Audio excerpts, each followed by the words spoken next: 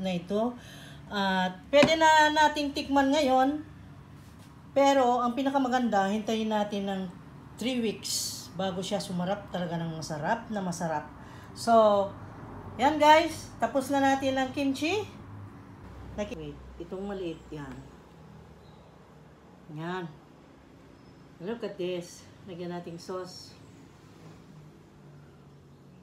Manghang to.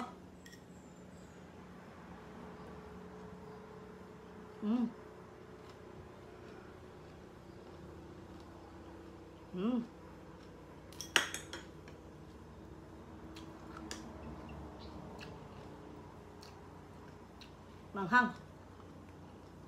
Yung pagkamanghang niya ay tama lang.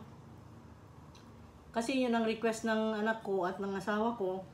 Huwag masyadong marami para makain natin kanya. Kasi hindi kami masyadong matapong sa manghang.